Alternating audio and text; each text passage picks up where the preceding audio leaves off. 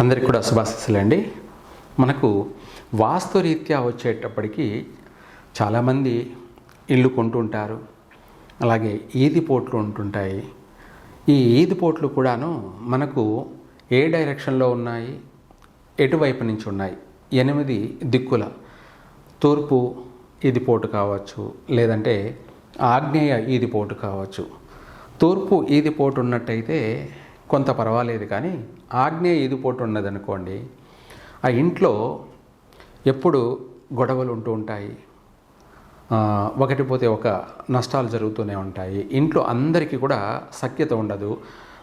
ఇదే కాకుండా ఇంట్లో కుటుంబంలోనే కుటుంబ సభ్యులే ఒకరినొకరు దాడి చేసుకోవడం, కొట్టుకోవడం, లేదంటే ఇంకా కూడా అంతకంటే మించి ఒకరి మీద ఒకరు ప్రాణ నష్టాలు కూడా చేసుకునే అంత తీవ్రమైనటువంటి నష్టాలు కలిగే అవకాశము ఉంది.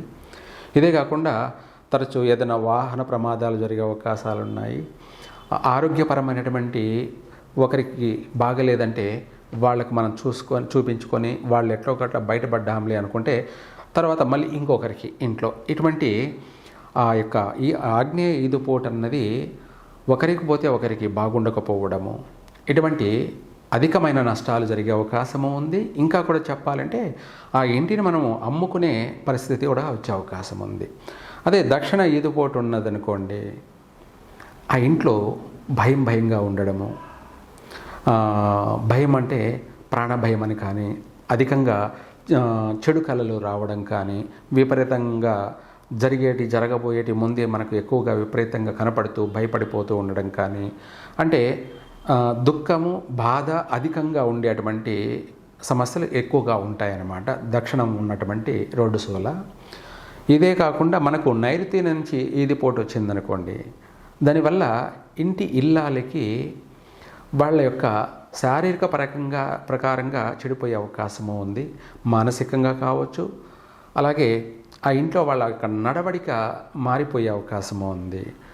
ఎందుకంటే ఆ యొక్క ప్రభావం అనేది ఎక్కువగా ఆడవాళ్లపైనే నష్టాన్ని కలగచేస్తూ ఉంటుంది. కాబట్టి అటువంటి రోడ్డు సోల ఉన్నటువంటి అది తీసుకోకపోవడం మంచిది. ఒకవేళ తీసుకున్నా వాటికి ఏమిటి పరిష్కారం అనేది కూడా మనం తెలుసుకుందాం. అలాగే పడమర నుంచి వచ్చే రోడ్డు సోల ఏంటంటే, సంసారం అనేది ఎప్పుడు భార్యాభర్తల మధ్య సఖ్యత ఉండకపోవడం, తరచూ ఒకరి పట్ల ఒకరికి కోపాలు, ఆవేశాలు ఇవన్నీ అధికంగా ఉండడమే కాకుండా ఆర్థిక పరంగా కూడా ప్రతిరోజు ఏటికి ఎదురీదినట్టుగానే ఉంటుంది. ఎంత కష్టపడినా కూడా ఫలితం ఉండదు, శూన్యమవుతూ ఉంటుంది. అధికంగా కష్టాలు ఎక్కువగా ఉంటుంటాయి, నష్టాలు ఎక్కువగా ఉంటుంటాయి. ఇంకా కూడా అప్పుల బాధలు ఎక్కువగా ఉండే అవకాశం కూడా ఉంది. మిత్రులు కూడా శత్రువులు అవుతారు, బంధువులు కూడాను అందరూ దూరం అయిపోతూ ఉంటారు. ఇటువంటి అధికమైనటువంటి నష్టాలు కలిగే అవకాశము ఉంది పడమటి రోడ్డు సోల. వాయవ్య రోడ్డు సోల ఉన్నదనుకోండి, ఆర్థిక పరంగా బాగా అభివృద్ధి చెంది బాగా అభివృద్ధి చెందడం కూడా జరుగుతుంది. ఒక వ్యాపారం కావచ్చు, లేదంటే ఏ రకంగానైనా సరే వాళ్ళు ఆర్థిక పరంగా ఉన్న ఫలాన్ని అభివృద్ధి చెంది మళ్ళీ ఒక్కసారిగా అన్నిటినీ కోల్పోవడం కూడా జరుగుతుంది. ఈ యొక్క రోడ్డు సోల అనేది ఇంటి యజమానికి తీవ్రమైనటువంటి నష్టాలు కలగచేసే అవకాశము ఉంది. ఇంటి యజమానికి ప్రమాదాలు సంభవించే అవకాశము ఉంది. తర్వాత ఉత్తరం రోడ్డు సోల ఉన్నదనుకోండి, అది కలిసి వచ్చే అవకాశమే అధికంగా ఉంటుంది చక్కగా. లేదు ఈశాన్య రోడ్డు సోల ఉన్నదనుకోండి, అది అన్ని విధాలు కూడా కలిసి వస్తుంది, ఎవరికి నష్టమే ఉండదు. ఆ రోడ్డు సోల గురించి మనం భయపడాల్సిన అవసరమో లేదు. అయితే మనకు వచ్చేటువంటి ఆ రోడ్డు సోల కూడా ఏమిటి, శ్మశానం నుంచి వచ్చే రోడ్డు సోలన, లేదంటే మనం కట్టుకొని ఉన్న ఇల్లే పూర్వం ఏదైనా సరే దాని కింద సమాధులు, గోరీలు అంటారు కదా, ఇటువంటివి ఏదైనా సరే కళేభరాలు అందులో ఉండి వాటి చర్మం అంతా, స్కిన్ అంతా కూడా, వాటి అవయవ భాగాలన్నీ కూడా ఆ మట్టిలో కలిసిపోయి ఉన్నటువంటివి, అవన్నీ కూడా నెగిటివ్ అన్నమాట.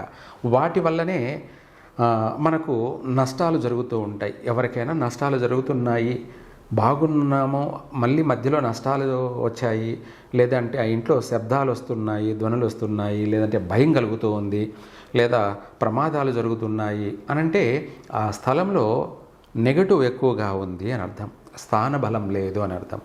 దానికి సంబంధించి ఏమిటి మనం పరిహారం అంటే, వాస్తుశాస్త్ర రీత్యా చక్కగా ఎటువంటి రోడ్డు షోలకైనా సరే మనకు ఏది ఏమైనప్పటికీ మంచే జరగాలి కాబట్టి మంచి జరగడం కోసం మనం బాగుపడడానికి, మనం అభివృద్ధి చెందడానికి, మనం ఆ ఇంట్లో ఉండి సంపాదించి అన్ని విధాల మనము అభివృద్ధి చెంది ఇంకొక ఇల్లు కట్టుకునేటువంటి స్తోమత, అంటే ఆ ఇంట్లోనే బాగుపడి ఇంకా మరో ఇల్లు కొనడం కానీ, లేదంటే 2-3 ఇళ్ళు కట్టుకొని ఇంకా అభివృద్ధి చెందే విధంగా మనకు కలిసి రావాలి అంటే ఆ ఇంటి యొక్క ఆ స్థలం యొక్క మెజర్మెంట్ని బట్టి, అంటే తూర్పు పడమర ఉత్తర దక్షిణం మెజర్మెంట్ని బట్టి దానికి సంబంధించి ఆ ఉన్నటువంటి రోడ్డు షోలను సంబంధించి ఏ గణపతిని పెడితే బాగుంటుంది అన్నది మనం ఇప్పుడు వివరణ. ఇందులో శ్మశానం నుంచి వచ్చే రోడ్డు షోలు కావచ్చు, ఆగ్నేయం నుంచి వచ్చే రోడ్డు షోలు కావచ్చు, వాటికి వచ్చేసి యంత్రం, ఈ యంత్రాన్ని పంచలోహాలతో తయారు చేసినటువంటి యంత్రాన్ని పెట్టి ఆ యంత్రం పైన ఈ గణపతిని, అంటే శ్మశానం నుంచి వచ్చేటువంటి రోడ్డు పోటు కావచ్చు లేదా ఆగ్నేయ రోడ్డు పోటుకి ఈ యొక్క గణపతిని ప్రతిష్ఠ చేసినట్టు అయితే అది ఇల్లైనా సరే, కంపెనీలైనా సరే, ఎటువంటి ఎంతటి వాస్తు దోషమైనా సరే పూర్తిగా వైదొలిగిపోతుంది. 10,000 రోడ్డు షోలైనా కూడా నశించిపోతాయి, అంటే నష్టం ఉండదు.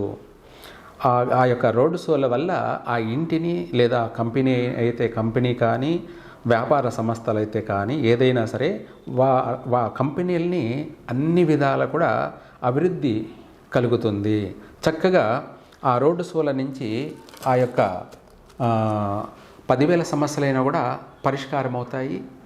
నష్టాలు జరిగేటువంటి దాన్ని మళ్ళీ లాభాలే కూడా తీసుకొస్తాడు ఆయన గణపతి. అంటే మనకు వాస్తు శాస్త్రరీత్యా సంపూర్ణమైనటువంటి స్థానబలం కలుగుతుంది.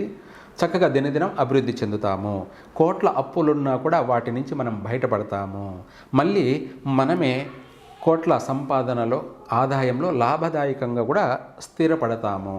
స్థానబలం అయితే ఎప్పుడైతే బాగుంటుందో అప్పుడే మనము ప్రశాంతంగా, మనశ్శాంతిగా అభివృద్ధి చెందగలుగుతాం. లేదు ఇంకా దక్షిణ రోడ్డు షోల కానీ, పడమర రోడ్డు షోల కానీ, నైరుతి రోడ్డు షోలు అయినా సరే ఈ గణపతిని కూర్చొనున్నటువంటి ఈ యొక్క గణపతిని మనం ఆ యంత్రంతో, ఈ యంత్రానికి కూడాను పెద్ద యంత్రం సంబంధించి ఆ యొక్క ప్లేస్ని బట్టి, ఆ యొక్క మెజర్మెంట్ని బట్టి ఈ యంత్రాన్ని పెట్టి ఆ యంత్రం పైన ఈ గణపతిని ప్రతిష్ఠ చేశామంటే తిరుగు లేకుండా అభివృద్ధి చెందడం ఖాయం. ఎంతటి సమస్య నుంచి అయినా కూడా బయటపడవచ్చు. చక్కగా విశేషంగా కలిసి వస్తుంది. ఆర్థిక పరంగానే కాకుండా అన్ని విధాల, సర్వ విధాల కూడా స్థిరపడడం జరుగుతుంది.